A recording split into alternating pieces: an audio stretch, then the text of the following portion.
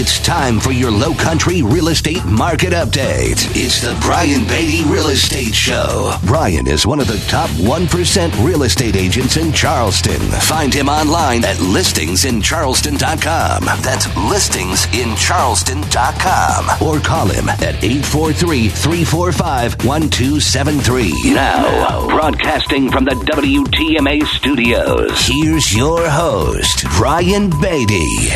Good morning, Charleston, and welcome to another edition of the Brian Beatty Real Estate Show here on the Big Talker, 1250 WTMA and WTMA.com. Thank you so much for having me. Excited to be here. Excited to talk real estate with you guys. If this is your first time tuning into the show, let me give you an idea of what this show is all about. I've been in real estate for going on my 15th year now. Sold over 1,000 properties in the Charleston area, top 1% of agents for the past decade. And so I relay my experiences, my stories, my knowledge of the market and of the process of buying and selling and investing in real estate so that you, the listener, can become an informed consumer and you know what to expect when it comes time for you to make a move. Now, if you want to reach out to my real estate team, of course, aside from the show, we sell real estate Monday to Sunday. So if you want to reach out to me and talk about the process of buying, selling, or investing in real estate, maybe you want to put your home on the market, move somewhere else, my number, my cell phone number, which goes to me directly, is 843-400-8009. That's 843-400-8009. Or you can visit us online. Our website is listingsincharleston.com. That's listingsincharleston.com. You can learn more about myself and my team and who we are, what we do, what we sell, how we sell it. Search the MLS, find out your home is worth, and then listen to, every show we've ever recorded here on WTMA. We're in our 7th year doing this show. So we've got, I think, over 400 videos now on YouTube, and you can find this show on iTunes, Google Play, Spotify, all that great stuff. So check us out. Just Google the Brian Beatty team of Keller Williams Realty. So today, I want to focus almost all of our discussion on the process of selling a house. I really want you guys to walk away after this hour with a very firm understanding of what you would need to know, how you need to interview an agent, what they should be doing to create results for you here in 2020. And to help me do that, I have my listing agent, Tony Jamison, in the studio with me. Good morning, Tony. Good morning, Brian. So I want to talk with Tony and have you guys kind of listen into this conversation. We do this in the office almost every day. We check in with each other. We understand what's happening in this market. We look for opportunity. We look for ways of doing things differently, better, more efficiently to help you make more money, sell your home faster, and reduce stress in the process. So I want to start with the fact that just our overall inventory in the market is incredibly low right now. I looked this morning, and I think we're under 4,800 homes available for sale. Now, we have at least 6,500, I've heard numbers closer to 7,000 real estate agents in our market. So we have about 2,000 more agents than we do properties available for sale. And as new agents get into the business, and again, I'm not knocking new agents, but they'll take listings, they list their home, that they're friends with this person. They don't really have a huge marketing arsenal. They're not entirely sure, frankly, of the process of selling a house. Maybe it's their first or second or third sale. And let's just say that it doesn't work out. This happens with experienced agents too. We don't sell every single property that we list. It's just a reality of the business. And so, Tony, my first question for you is, what are some of the recurring things that you see when you meet with somebody that previously had their home on the market and it didn't sell? And, whether it be 3 months or 6 months, or we've had listings that we've sold that were on the market for years before we took it over. What are some of the things that, in your opinion, cause a home not to sell and then cause that relationship between the seller and the previous agent kind of to sour to the point where they are no longer working together? Sure, and that's a great question. You can break it up a few different ways. I mean, there's the consistent things that, whether it's a good market, a bad market, today, tomorrow, yesterday, that are going to consistently cause properties not to sell. Number one is marketing. So if you look at the pictures online, I mean, that's a basic thing. And the industry's gotten a lot better about that. Most agents, even newer agents or fresh listing agents, are using professional photography now, which is great. It's good. That's what draws buyers in. So when you talk about things that are going to cause properties not to sell on a universal time scale, you've got photography, professional photography, you've got the marketing that's being put into place, and how aggressive that agent is, whether they're following up the showings, communicating with the seller, so on and so forth. So that's consistent. Recently, what I've been seeing is some of it's a little bit market dependent. We are in a very strong market. I mean, we've got great job growth. Charleston's booming. I mean, we're supposed to be up to 1 million people by 2025. However, consumer confidence is maybe not reflective of that, which is a little odd. I mean, buyers are a little bit gun shy, or have been a little bit more gun shy to pull the trigger on properties or get a loan, so on and so forth, which is dampened demand to a certain extent. We're starting to see that turn around, which is good. That's one thing that's been recent in my discussions with people that have their properties have expired or canceled off the market over the past, month or, however recently, basically. The other thing that's been a big consistent theme, and it comes back to the 7,000 agents in this market. There's just a lot of agents in this market. And again, I was a new agent once too. I can't knock it. You got to learn somehow. However, one of the biggest things that I've seen is that in the relationship between the seller and their agent, it's critical that we're on the same page and we're working together. That we're pulling towards the same goal instead of working against each other. One of the fundamentals of that is communication. Look, some people don't want to be communicated every single day or every single week or whatever the case may be. However, we need to be on the same page. We need to be talking, chatting, so that we're letting you know what we're doing. We're understanding what's going on in your life. Look, something might have changed and you need to get this thing going tomorrow. Something might have changed and, you're not quite as motivated. It is what it is.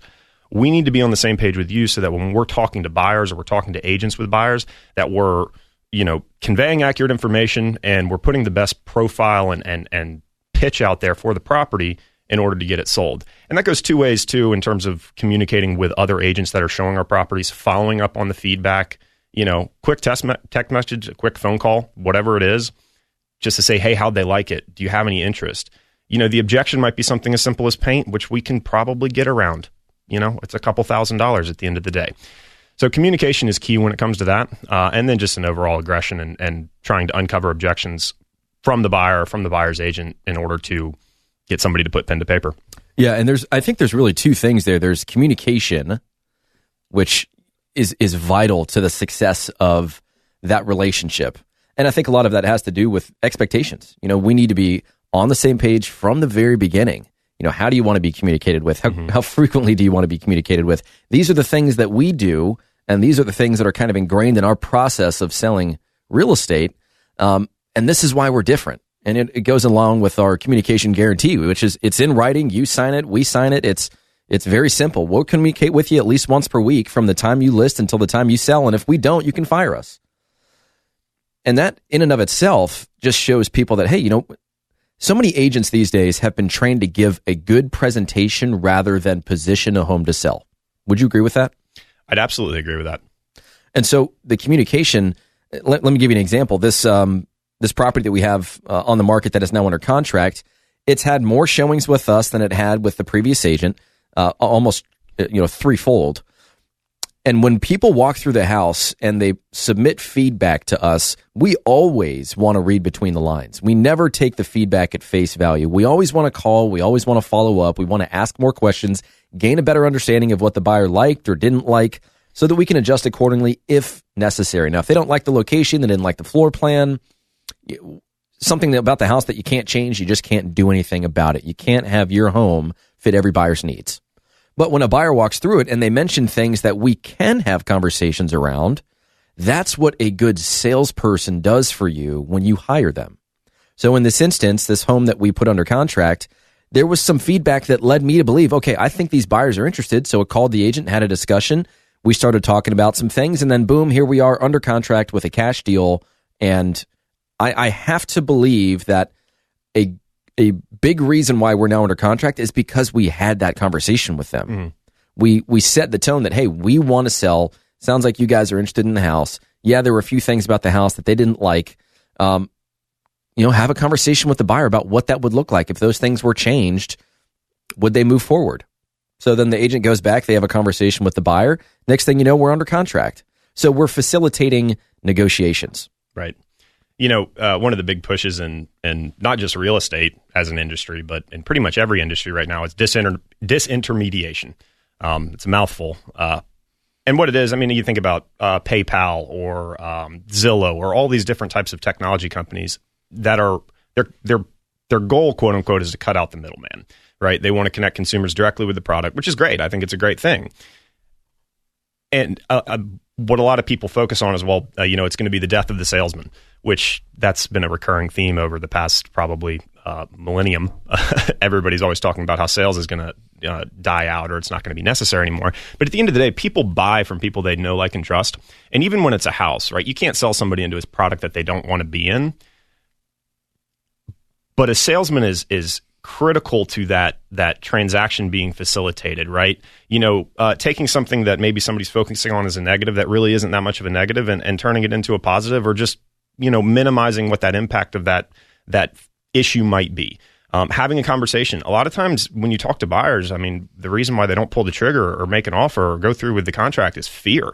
Absolutely. It's not based on logic. It's not because there's something wrong with a house or because there's an issue with their job or whatever the case may be.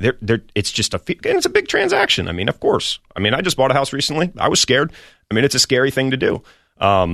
So being in that role of pushing the transaction along, assuaging people's fears, making them feel comfortable with the deal, if it's a good deal, not doing anything that we want to cause somebody to be happy with, that plays a big role in taking them from, okay, maybe we'll buy it, to now we put an offer in. And one of the biggest things you'll see is if you show properties and you submit feedback, or you're out there taking buyers to different properties, a lot of times you really don't hear anything from the agent. You don't hear any sort of follow-up. You don't hear any sort of questions, not in a pushy way, but just, hey, how did they like it? Was there anything that they didn't like, and can we overcome that? So yeah, pretty simple process.